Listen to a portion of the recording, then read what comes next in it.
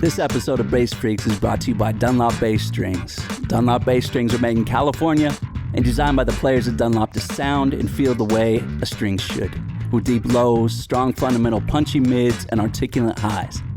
Dunlop Bass Strings offer a complete line with standard nickel and stainless round wounds, flat wounds, and super brights. They're also available in short, medium, and long scales, so go to jimdunlop.com and check out Dunlop Bass Strings. Hello, my friends. Welcome to Dunlop Presents Bass Freaks. This is a place for all of us bass freaks to chat it up, gain a little insight and inspiration, and have some fun with some great bass players. I'm your host, Josh Paul, and today we welcome Eric Fortaleza. Did I say that right? Yeah, you did, sir. Thank you so much. Are you sure? Yes, I'm very sure. That's okay. Beautiful. I'm going to say it one more time. Eric Fortaleza. Yeah? Nice to meet you, dude. Perfect. Nice to meet you, man. How are you, brother?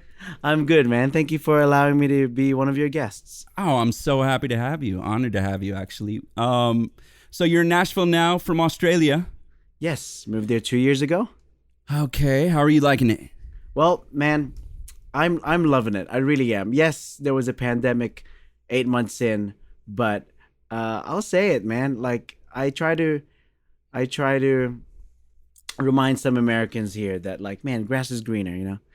Grass is greener. I love it. The things that you can achieve here is endless comparatively. You think? What are some of the differences? Because I've been to Australia many times and I love it. I would actually consider living there. But you're right. I do love. I spent most of my adult life there. Like I was there. I moved there when I was 10, so from the Philippines, and when my parents moved, and I pretty much grew up there. That's my memories. You know, my memory of life is there, and so yes, sure. I mean, I do love living there, and it's awesome. But 21 million people in an island the same size as the continental USA. Right. Like Texas alone has 35 million people. Yeah. Like that's just Texas, and 21 million people. Like it's the possibilities to, at least for music. 1% of 21 million people is, imagine 1%. If you get 1% of the market in the US, 350 million people. Like the possibilities that you can do and expand and change. Right. You know?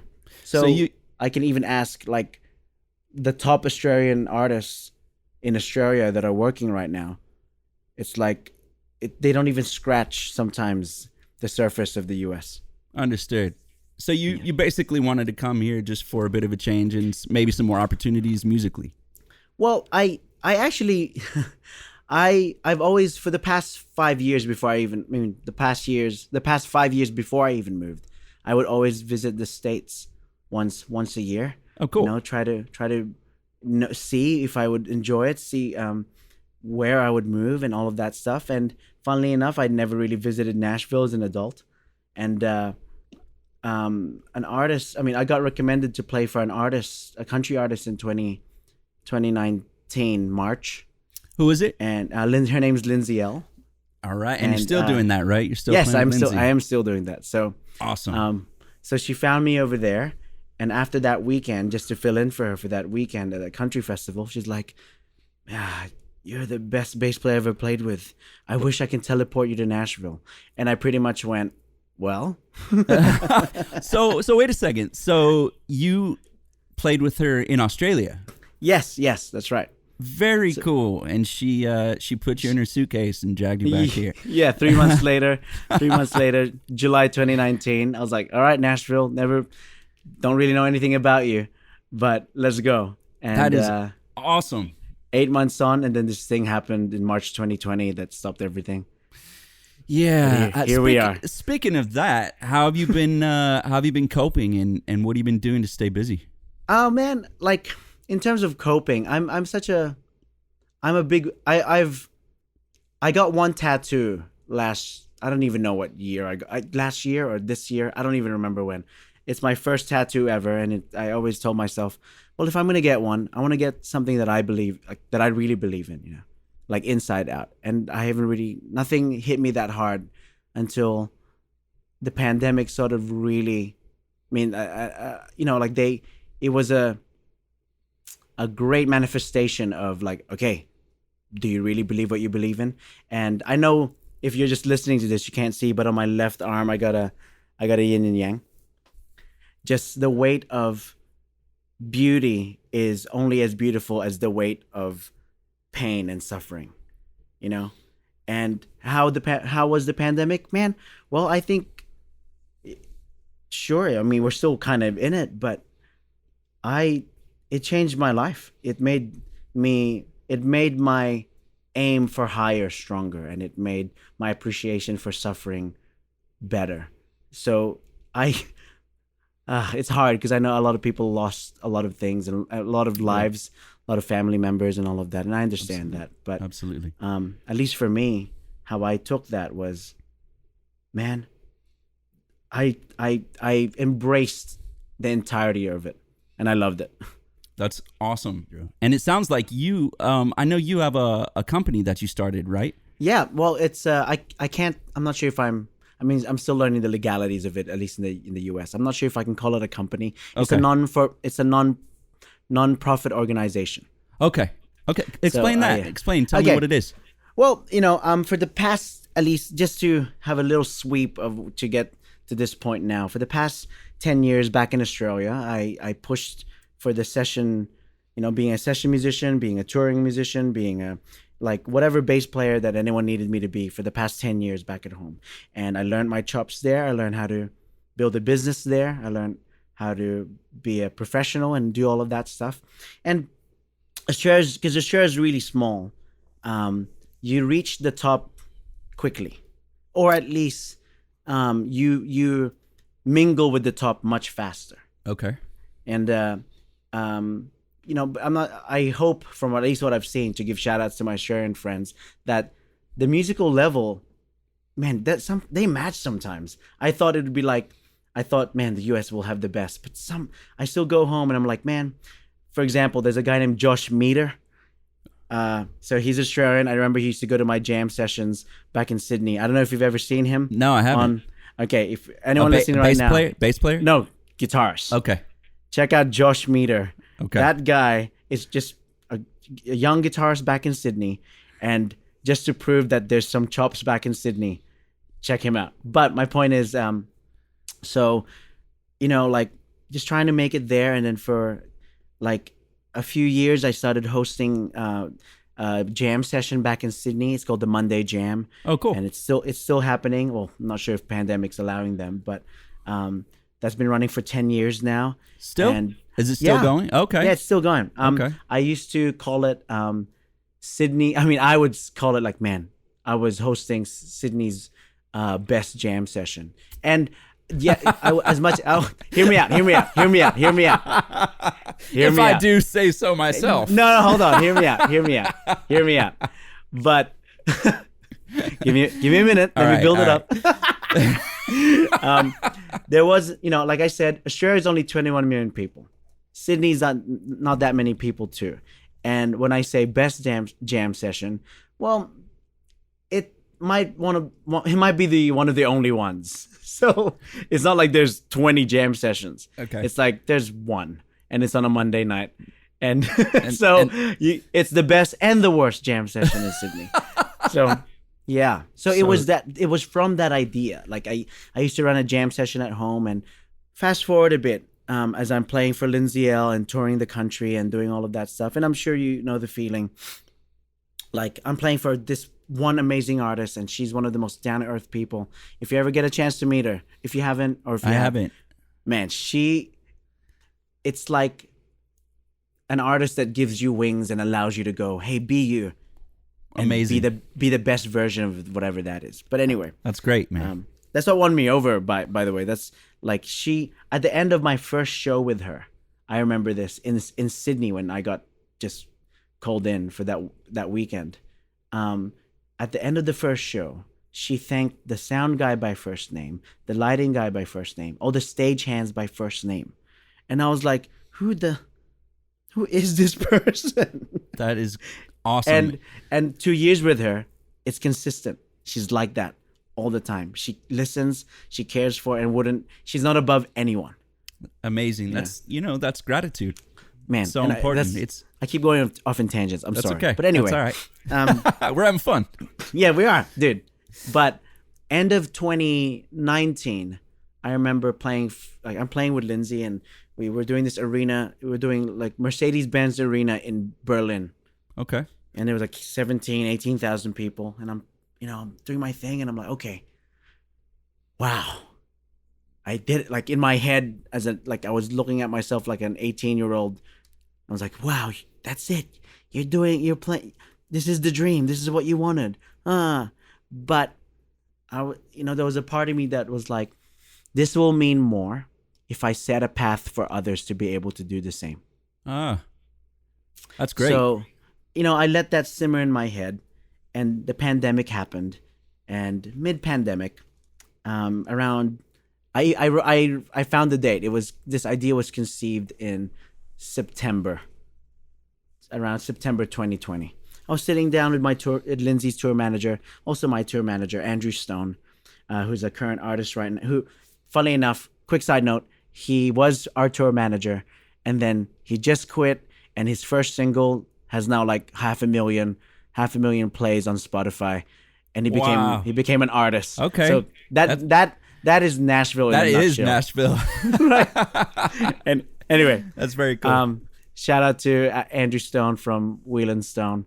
But anyway, I was just sitting down with him, and he was like, dude, there used to be this great gig on Tuesday nights in East Nashville. It's like the drummer from Little Big Town plays, the bass player for Hunter Hayes. Like he just started naming all these. I don't really know player names because I just got here. I mean, like, I'm new in town. I don't really know anyone.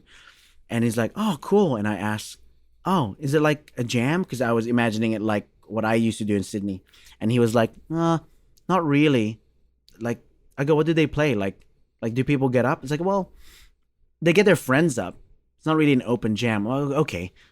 Is it originals? And he was like, well, they play songs they like. And then I was like, hey, dude, is there a night in Nashville, using the idea that I was doing at home, is there a night in Nashville where there's a house band? It's like a jam session. It's open for everyone, but this time it's original music. So it's like an open mic night, but there's a full band backing you up on the spot. Huh. And he's like, there's the Opry.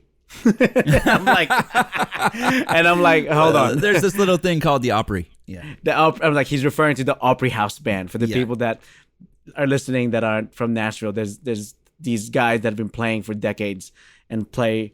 Anyway, the house band at the Opry. And I'm like, something a bit more accessible to like, because at the time I knew, my tour manager wrote songs, and his roommate has a publishing deal, and there's all these different people in that serve you coffee. That's the monitor engineer. That's the front of house. They're all songwriters. There's all these different songwriters around, and I'm like, no, something like you can go as a songwriter to just like, hey, here's this song that I'm trying to figure out, and there's a house band playing it on the spot. And he was like, do they send songs beforehand?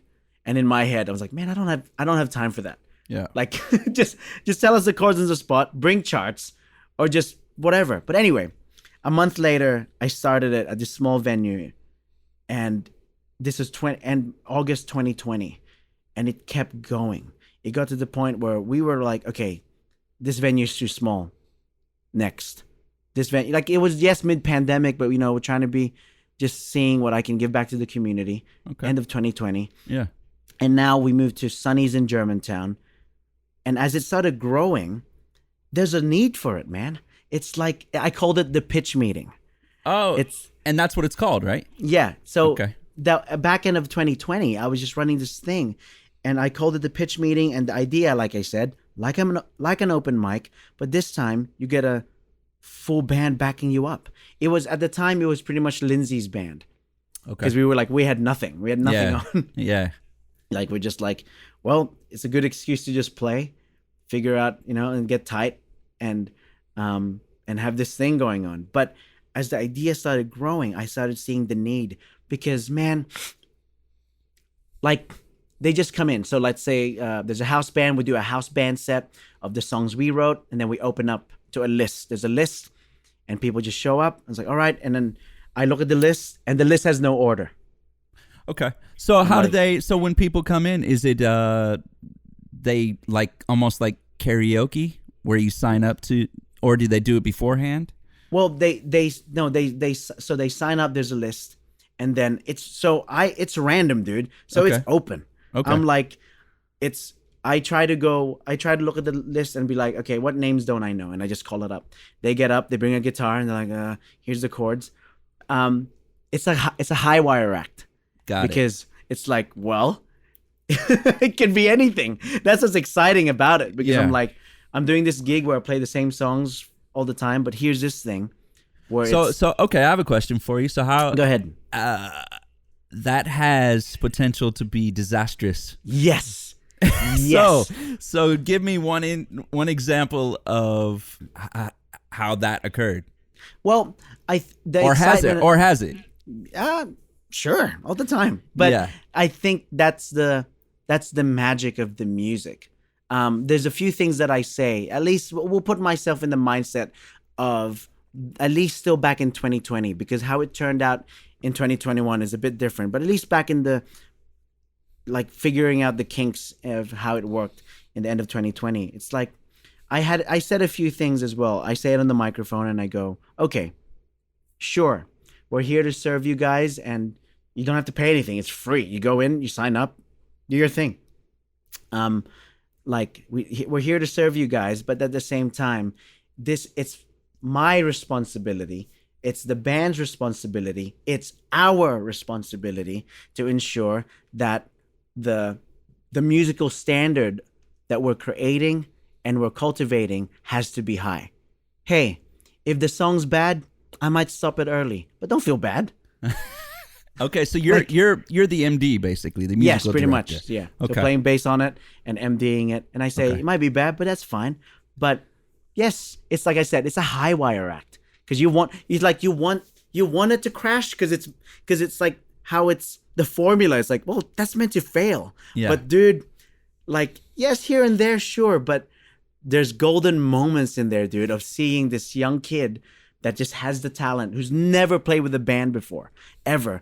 Like, okay, here's my song. Yeah. It doesn't change. And I'm like, okay, count it in. 1, 3, bang. And you see their faces, man. Those are moments that they will remember forever. Dude, like, well, as bass players, right? Yeah. We're used to playing with a band. That's normally something that comes later, at least in a songwriter's life. Right. But we're used to playing with a band. But these young songwriters may not have that opportunity. So seeing their face light up when you have keys, organ, drums, electric guitar, acoustic guitar, bass, and BGVs like playing right behind you, and like of a song that you've never heard live before. It's like you see their face, dude, and it's unbeatable. But so as the back end of 2020, as I started really loving that, I was like, man, there's a need for this. Because my target demographic was 1, young artists who've never played with a band before. Sure, give them that opportunity. 2, even signed or like already professional published artists that songwrite during the week, or they already have, like, if they're an in-ear monitor guy, but they write songs and they have that week, that Tuesday off. Like, hey, I just wrote this song. I want to see what that sounds like. Or a bigger artist, if they want to choose to, hey, I just wrote this song. Let me try it out. So I normally tell all these artists that get up, all right, you can either bring charts, you can airdrop us charts, you can just tell us numbers, the number system or chords in the spot, or you don't even have to speak music. Just start playing. We'll figure it out. I mean, it puts me in my toes, and I love it. Yeah. Lets me use my ears a lot. That's awesome.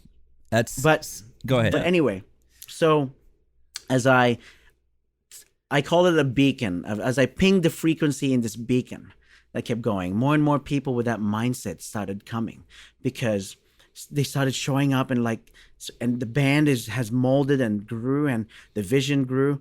And January 2021, well, we're officially a non-profit organization. We we started building this thing and vision of how it can be better and better, and how we've at least structured it right now is that we are a nonprofit artist development organization focusing on, well, the service we give on those Tuesday nights. First, the service we give on those Tuesday nights is you get a full band backing you up. Yeah. Like we're not chumps. We had like you're Pro yeah. musicians. Yeah. The feeling I want to give these young artists, or it's all ages. We get 60-year-olds as well sometimes, so it doesn't matter. But the feeling that I want to give these young musicians is, I remember just playing for Lindsay, building up a guitar solo for her, and she's on the floor just shredding. And I'm like, I want to give that to someone. I want to give that same weight and those wings to other people. And that's what I'm trying to give them. And this artist development approach was like, well, Tuesdays are for that. And since then, we're actually at Pitch Studios right now here in Nashville. And the other thing we wanted to offer was this approach of, well, we can, if depending on the people we find, it's like most of them, I asked them, have you recorded that song? They're like, no. Or is this song out? No. Man, there's some golden songs around getting pitched in this night. I was like, damn, that's a great song. And they've never recorded it. Yeah.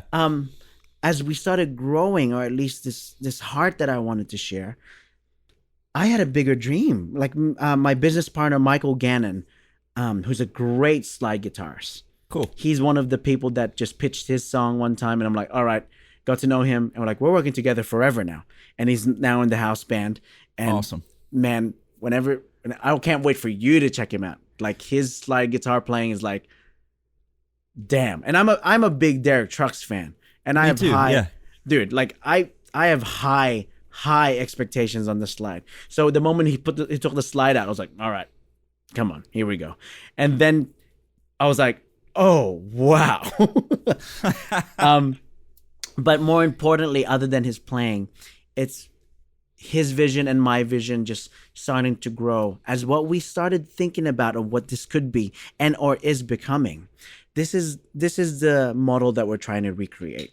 Because right now, I've been surrounded, and I'm sure you have too. We've been surrounded by people we love, and some of them, or most of them, or half of them, or whatever percentage it is. I've seen too many broken hearts from people being told that their music is not radio enough, isn't catchy enough, isn't going to be marketable, isn't like... Can you imagine if Picasso was creating art, and then someone goes to him, that doesn't look real, dude. It's like someone told an artist that their art isn't good enough. Now, where that passion is coming from is that I've seen too many broken hearts, and what we started doing is we started following this model of, do you know how classical music was like how it was funded back in the day? Tell me. Well, like Mozart, even like the great artists, painters, Michelangelo, Da Vinci. Man, the model was either the church pay for it, kings and queens, royalty, the rich. It's like it was through commission, through. It's like Patreon, really, like back in the day. But it was like people believed in what they did and funded them to keep doing what they were doing. So essentially crowdsourcing, crowdfunding. Yes, yes. Okay. But so, and I'm like, I wasn't aware of that. Well, it made sense because look at that art. That lasts today. Yes. It still lasts because these artists had no compromise. They were creating art because people believed in them. Now, there are different versions of that right now. Patreon, GoFundMe, and all these different things. Yeah. But not a structure, not a non-profit record label where it was like, holy crap. We could, if we get to this point of creating a structure to pretty much offer artists another path to create music without compromise, with pure artistic integrity, funded by, well, if the structure is marketed well enough and structured well enough, it could go toe to toe with the same resource that the big guys can. So where are you with it now? So we have announced that we are a nonprofit artist development, and right now, we are using pitch meeting as the vessel to be able to offer this pathway for others. You know, eventually, we just launched Pitch Music, which is the official name of our organization, and Pitch Meeting is the event on Tuesday nights, and we are now telling the world. We Forbes did an article on us a week ago. Congrats, dude. Yeah, it's pretty much talking about what we do, and we have announced to the world what our vision is. Because one day, man, imagine telling someone this.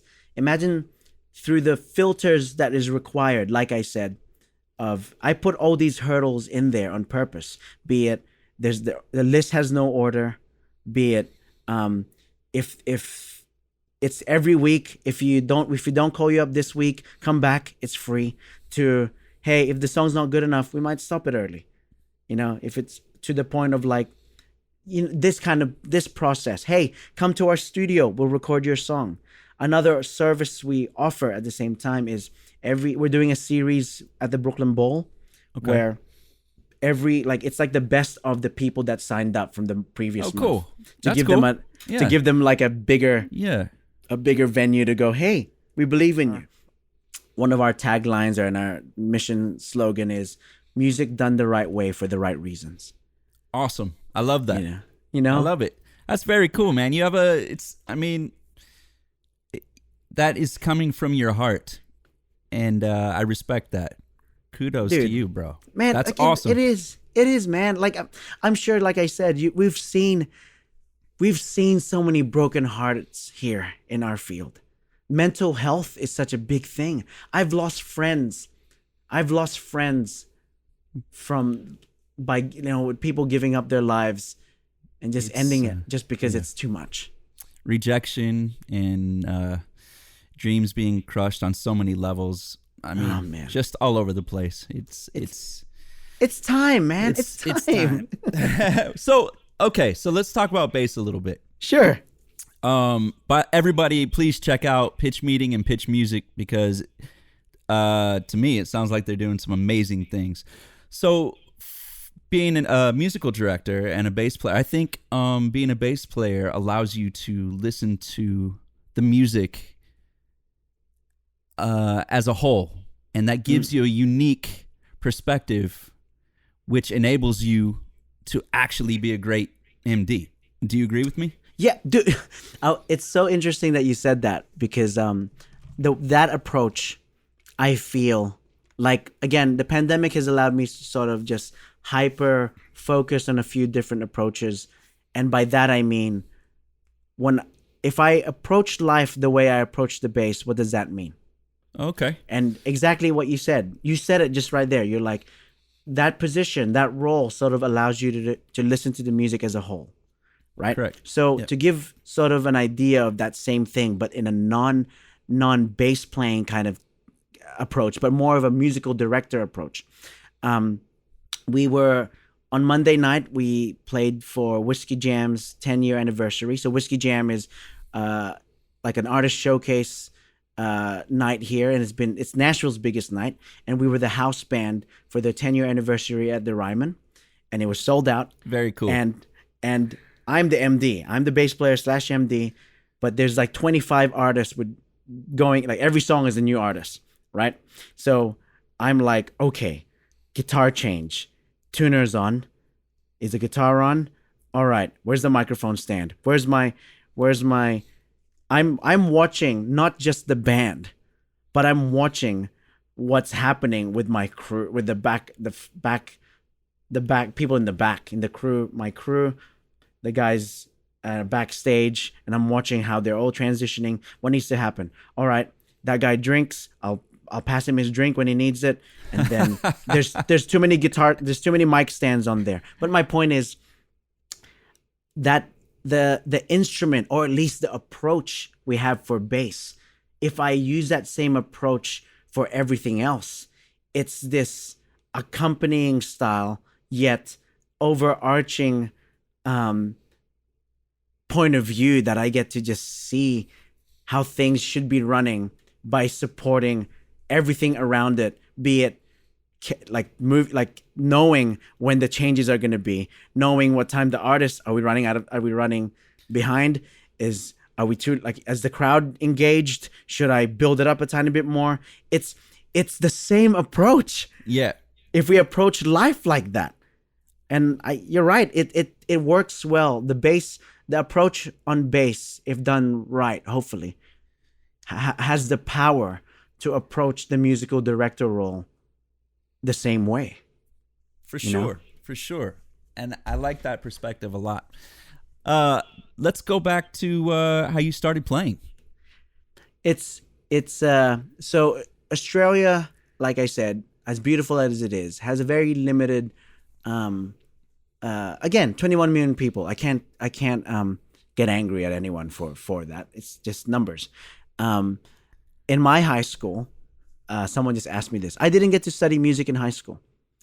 So in Australia they're called year 11 and 12, but here they're called junior and senior year of high school, I think, right? Yeah. So my junior and senior year, there was no music classes because there was only 4 people that applied for music, and for there to be a class needs to have 5 people. Okay. And so there was no music class, but there were 3 sport classes. So just to give the ratio of I think that's the same ratio as the United States. Especially now, they've cut out quite a bit of the arts. Yeah. But still, I didn't get to study music, but I think that made me hungry for more. That made me, I picked up the bass in high school, and because of the lack of, at least in my school, the lack of resource for music, it made me approach music or the bass independently, which is good, I think. It made me go, I'll only learn the stuff I like, and I'll go with that. And I bought my first bass. I worked 8 months at a steakhouse when I was 16 years old. Okay. And after, when I made what enough, did you do? What did you do? What were you doing? Dude, it took me 1 day to be the dishwasher person, because that's the first day. Okay. They're like, this guy's a bit more competent than the others. Move him up. And then I started doing sides for like a month, and they put me on like whatever. I mean, there's different levels, but I eventually started making steak. It's like, nice. Cool. But okay, 8 months making, I don't know, $6 an hour. Got it.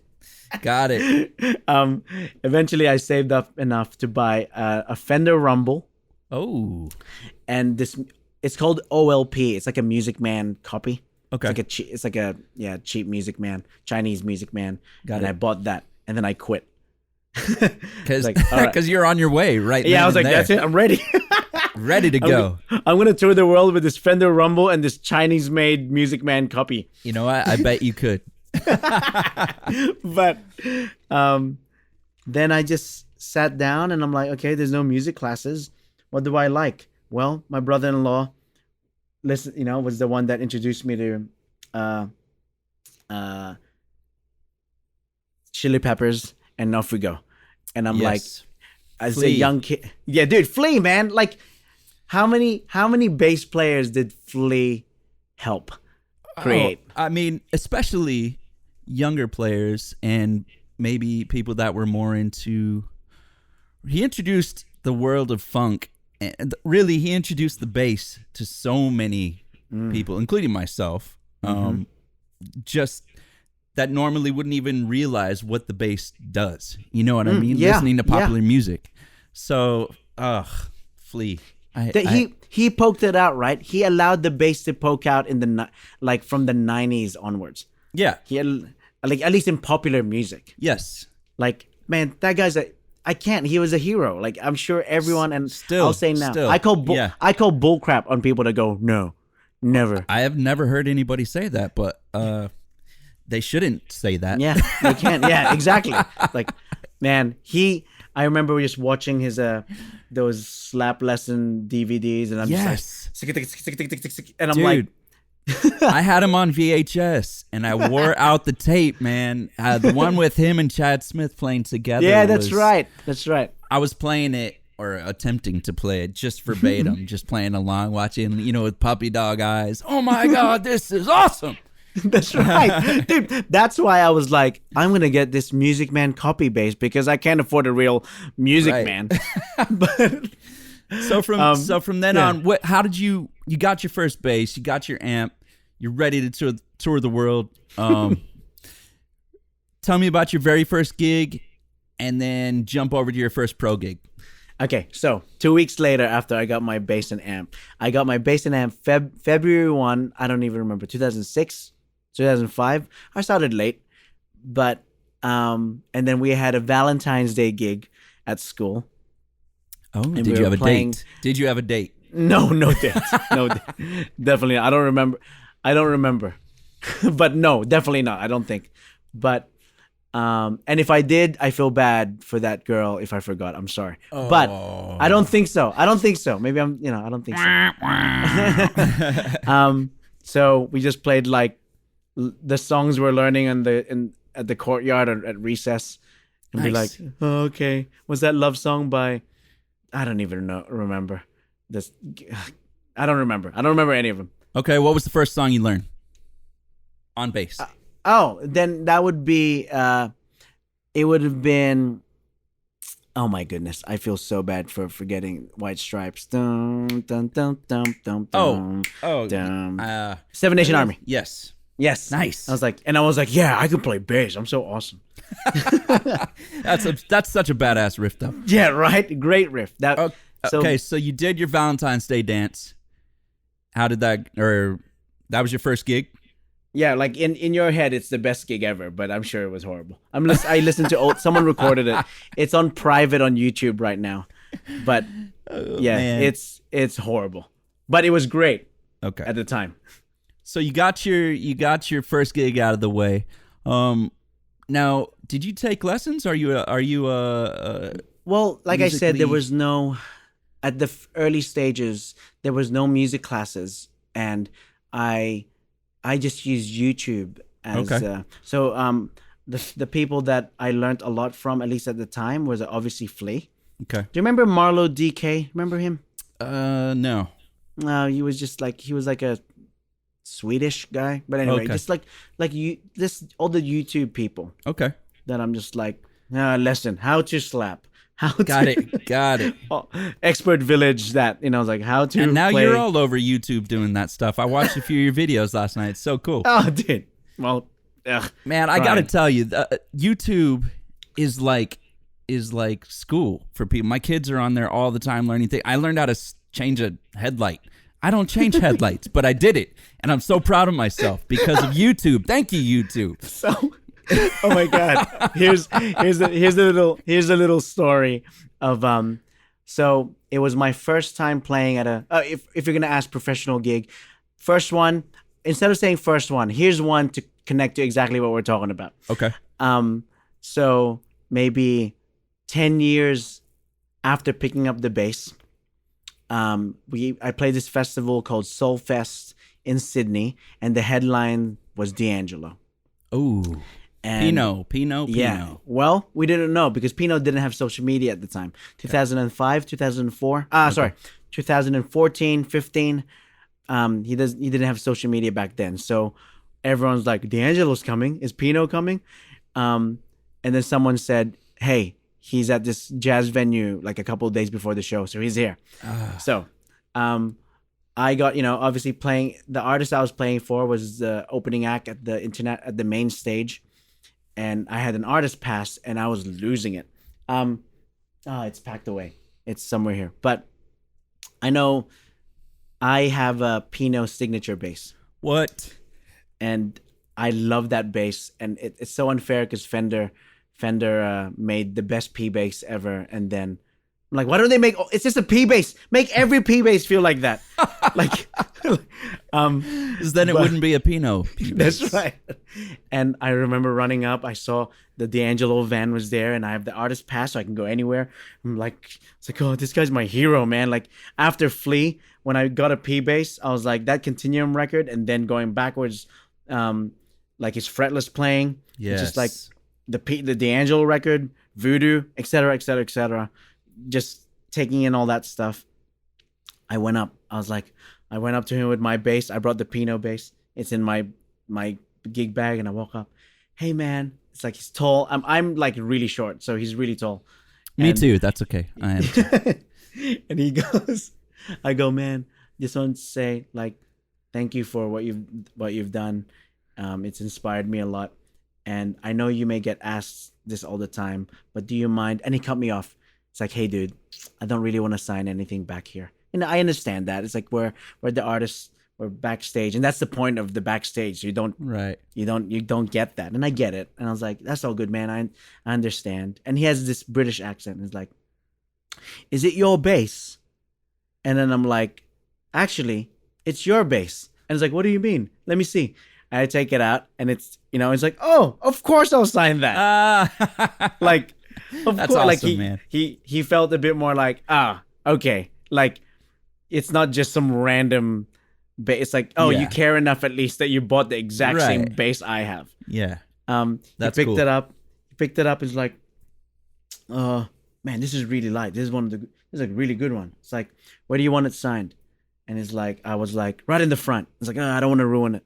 It's like he turns it around, big ass signature right in the back. So and sick. then I got it coded so it doesn't go away. But I told him this, and I remember, oh man, that was a great day. I wrote down that entire back and forth with him. And I told him, thank you so much for being, like I said, thank you so much for being you. And I attempted to be you for so long, but by failing to be you, man, it helped me get a career.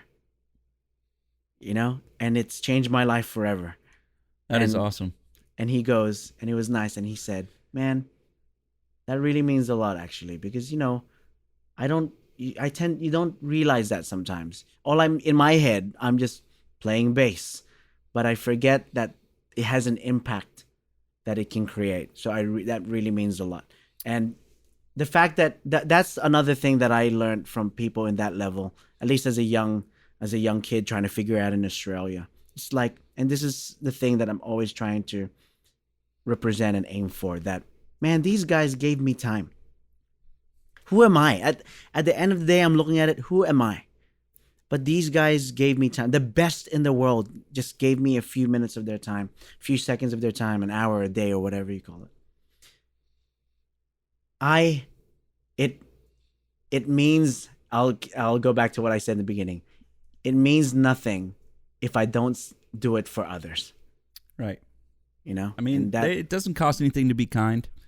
And sometimes, we all maybe don't have a lot of time, but it doesn't cost anything to be kind. Yeah, dude, so, it's free. That's so great. So mention a few of the other artists that you've played for, because I know you've played for a lot of them. So now, back in Australia, like I play for a lot of Australian artists, and they're doing well right now. The last gig I did was for an artist named Ricky Lee Coulter. She's one of the original Australian idols. That was the last. I got that gig the year I left, because she's like, an approach I have to at least being a backing bass player is that I'm not here to steal gigs. I'm just here to do a good job. And my approach is, even if I'm just subbing in for one gig, I want, the moment I do that gig, I want them to feel, why don't we have that guy originally? Okay, yeah. That's the standard that I want to set every time. Just for me, at least, for me to go, hey, do a good job, and make them feel like, man, why don't we have that guy originally? Got you. It's funny because when I got that gig with her that same year, 6 months later, she booked me for an Australian tour. And I'm like, hey, I'm leaving. I'm going to move to Nashville. Oh, I'm sorry. I bet she was bummed. But I remember playing like the jam has allowed me to play with different artists and players. And one of my a good buddy now who I played for back in 2015, 16, back at the jam session in Australia, who I really look up to songwriting wise and his voice, David Ryan Harris. Oh, cool. And he's like, Very man, cool. he's one of, again, the time he gave me and shared me. He's brought me backstage a few times at Mayor concerts. And again, who am I? And I got to play for him back in Sydney. And then throughout the years, I got to hang out with him more. And we just did the same band, the same pitch meeting band, played for him for his show in Memphis a couple of weeks ago. So Great. that's like, it's nice that it's like, okay, Yeah, man. there's all this stuff. But my main gig right now is Lindsay L, and I enjoy playing for someone. It's like I want to believe in these artists, and I do, and I really believe in her, and she pushes me a lot to be able to do what I need to do. But at the same time, as I'm developing this new approach with pitch meeting, I'm seeing the crossroads, and I think I've had a conversation with her, and I haven't even publicly announced this, but this is, I guess, the first time that I'm saying it publicly, that it's actually my time to move on. And I told her my direction, that yes, of course I love playing for her, and of course I love doing all this stuff with her, but there's something here that I'm doing in Nashville that requires my full attention, because the things that we're doing now because of pitch meeting, like Lindsay, I got to play for her, and she's allowed me to play, and the people she's invited up. I remember when Billy Ray Cyrus just got up at one of our gigs and just sang a song. We're like, all right, here we go, follow him, see where he's going. And I'm like, okay, cool. And now pitch meeting, at least, again, I mean, I'm not sure if I shared this, but my musical approach was like Flea, rock, but also soul, blues, R&B. So country music I have a dead spot in my head for country music, but for some reason I'm the bass player for country music around town right now. It's all music, man. It's all right, music. right. If you have all of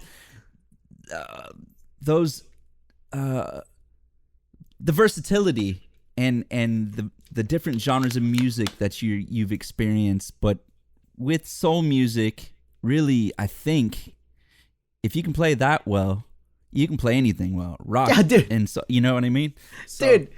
Yeah. Well, then, because of pitch meeting, it's allowed me to play. Like Randy Travis showed up at the Ryman on Monday night, and I'm like, in my head, I'm like, I don't know who he is. I'll be honest. But then I was like, oh, this guy is a legend. Is that oh, my ex is living? Yeah. Is that Randy Travis? Yeah. And I'm like, okay, this guy is like a legend. Same as like.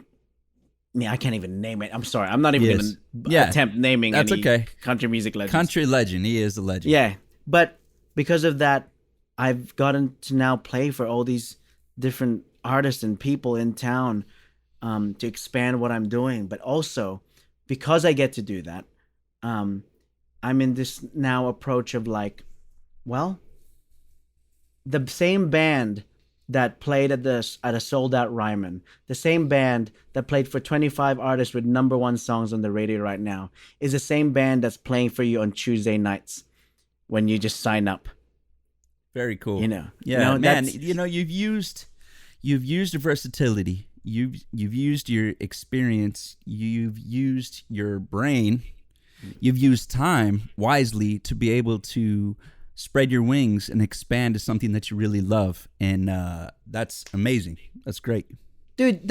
And I appreciate that, because that's all we're trying to do. And I think the biggest affirmations that I can personally get is that when I'm just trying to be the best me that I can be by loving others and making sure that I'm allowing people to be able to do the same. But when I mean this, by the way, like when companies that I believe in, or that's the same pedals that Michael League uses from Snarky Puppy. Yeah. When that same company believes in what you're doing too, man, that's an affirmation that I don't take lightly. Like, I have a responsibility to give. Well, I have a responsibility for myself. Then I have a responsibility for the people that believe in me. therefore, I have this responsibility to go, well, how do I make sure that I use that as potent as I can? So, like Dunlop themselves, like they, I got, I got an artist. You know, they connected. I teamed up with them and became one of their artists before I moved to the States. I was still back at home. I was still like this young kid in Australia trying to figure out my crap. And I was no one. I was comparatively, even to now, I'm still no one. But well, they are awesome people, and awesome company to work with, awesome products, and they obviously see the awesome in you. So, speaking of gear, let's give me a quick rundown on what your go-tos are. So right now, I have an entire stack, and I feel bad because I'm like, I have an entire stack of, I think this will be my lifetime supply, which is bad because I'm like, I'm not I'm not buying anymore. But it's like I have all my strings are Dunlop strings. So like, which gauges? So I'm actually a light gauge. I use 40. Okay. 40s to 100. I normally use 5, and I normally use 4 string. And if I do go 5, I think what's the next 110? 105. 105. That's right. 105 is the B string. But that's all I use. B string. No, 120. No, 120. Yeah. Man, to me it's whatever feels. Doesn't matter. It's the lighter gauge. It's a lighter gauge regardless. Got you. 115. Oh, we're just gonna sit here guessing. Yeah. I'm trying to look for all my strings. It's back there and I can grab it. But anyway, I use 3 different strings and all Dunlops. So for flats, I use flats on my P basses. I use stainless steel. By the way, it's 125. 125. There you go. Yeah. I use stainless steel for my jazz bass, and then I use nickel for my so flats for my vintage P bass, stainless steel for my jazz bass, and then nickel for my round P bass, rounds for rounds. Very cool. And then I'm like, okay, I just wanted the strings that were consistent, and I've been trying so many throughout the years, and I'm like, well, something works here. I'm going to use this. This just works. And I don't have to stress about it because all I really want to do is just play music. I don't have to. Sound good, feel good. Let's go. Dude. And well, so most of the, it's so fun too, being able to, like you guys, you don't need to go anywhere else depending on what sound you want to get, really. Like, from MXR to Dunlop themselves, like they have all the things that you'll need. Definitely. What about amps?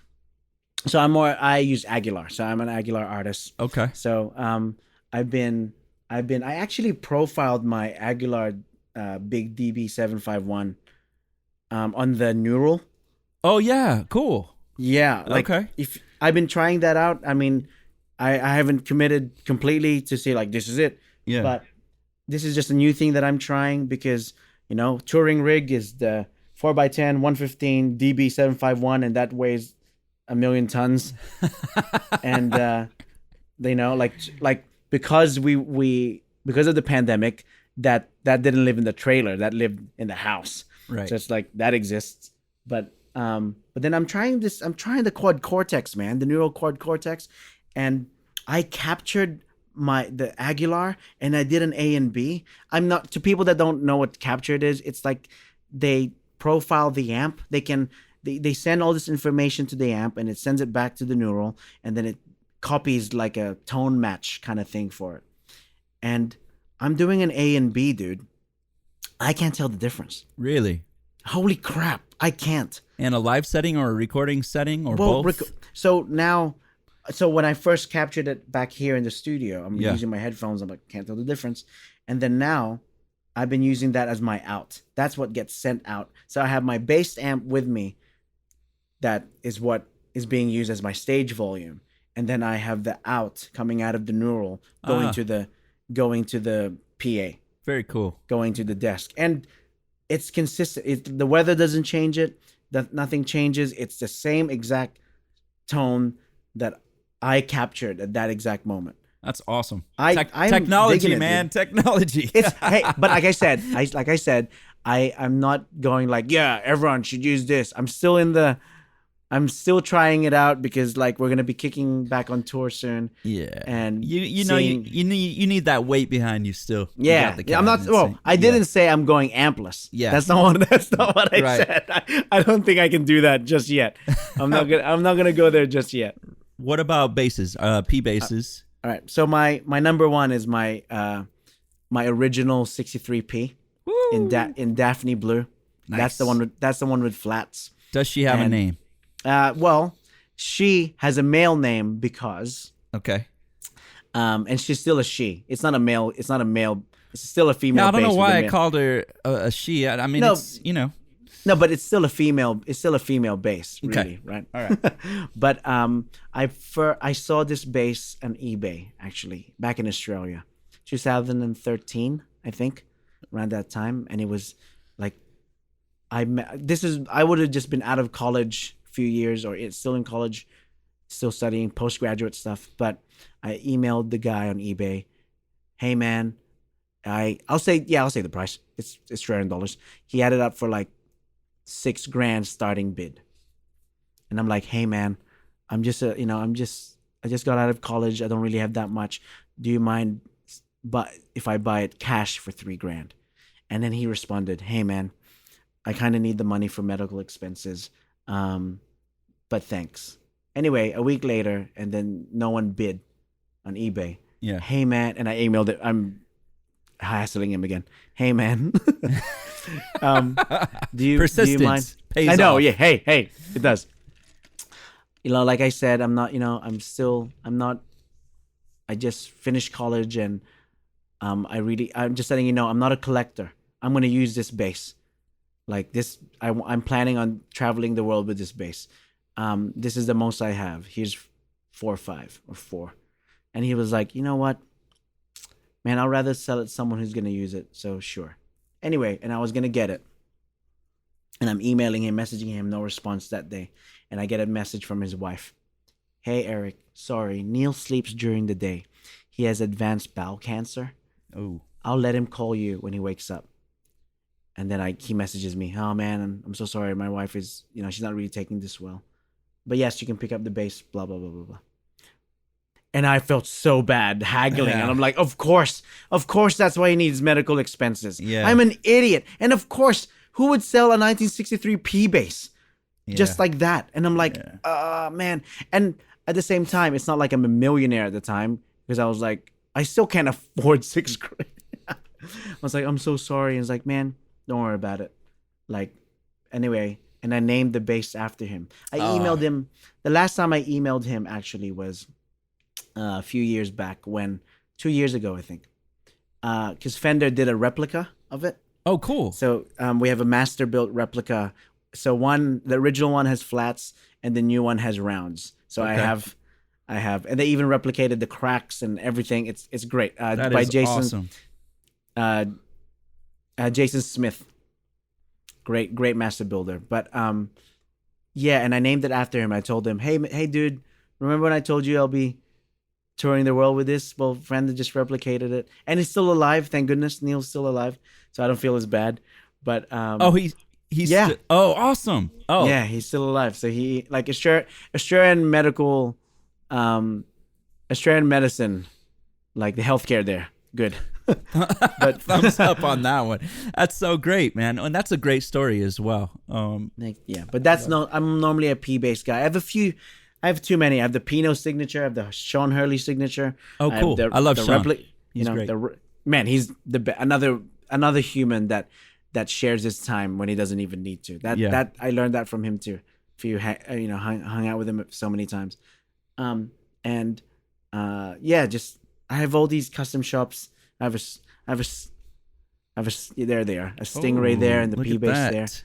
Very So cool. just a Hofner, yeah. But that all the things that help me get a gig, but at the same time, 98% I'm using my original P bass. So I hear that. You know, it's the workhorse. Yeah, Dude, that's the number one. Man, I could sit here and seriously talk to you all day, and hopefully we're gonna hang soon to be able to do that. Please, thank you for your time, man. Any words of advice anymore, because you've been full of them today, but for young bass players or aspiring bass players trying to get out there and do their thing?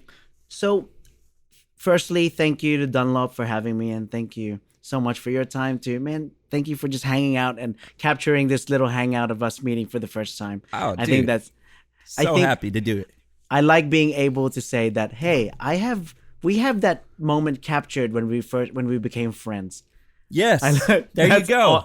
That's awesome. Man, I love that. So the thing that I mean, this is a thing that I've been sharing with people lately, and I think this would be a nice way to the last thing to share that I love to share is that I've only been in Nashville for two years, and if you really think about it, that first year nothing really happened, and I wasn't even in Nashville, and I've only been here really since I started the pitch meeting. That's when I knew how the community worked, and from a small venue to being able to play a sold out show at the Ryman with the same idea, with the same band, with the same heart. I am all for hard work. I understand that. That should be a given. Hard work should be level 1. Like how to succeed in life. Well, level 1, first, hard work. That's a given. But there has to be a different approach to hard work. And it's better to work smart than just work hard. Because if you work hard at a ladder that isn't fruitful, if you work hard at a ladder that, a garden that isn't fruitful, or a ladder that goes nowhere, it's like, yeah, you're hustling, but where? So I always want to make sure that every approach I have is the most potent that it can be, and it has the end game of it results to fruitful endeavors. But that requires a lot of, self-reflection, and a lot of, figuring out if the fruitfulness of the people that you're surrounding yourself with is there. And my best summary of that, which is the philosophy of this thing called pitch music that I've been running, is music done the right way for the right reasons. And if you could just take out music, just done the right way for the right reasons. Work smart for the right way. Work smart the right way for the right reasons. And then, and only then, will you succeed and surpass much faster than jaded people telling you, this is a 10-year town, man. No, it isn't. Man, that is great advice. Thanks, dude.